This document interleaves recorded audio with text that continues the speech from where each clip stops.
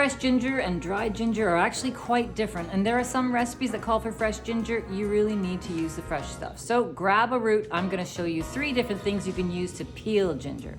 Now, if you're lucky and you're in the grocery store, choose young ginger. Young ginger has a very, very light colored brown skin, a skin so thin you can actually even peel it off with your thumbnail. That's great ginger to use. If you're not so lucky, you're going to get a piece of ginger that looks something like this with lumps and bumps, and here's how you handle it. Break off a piece, just like that, and then you can use one of 3 different tools to actually peel it. Easiest? Back of a paring knife. Not the sharp edge, but the dull edge. You're going to just run that down the ginger, removing that skin. When you get to a lump that's awkward, just slice it off.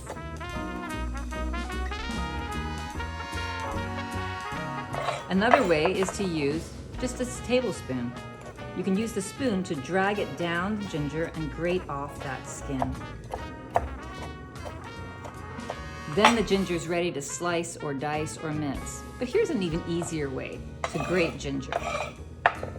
Take a fine microplane and then just grate the ginger without even peeling it.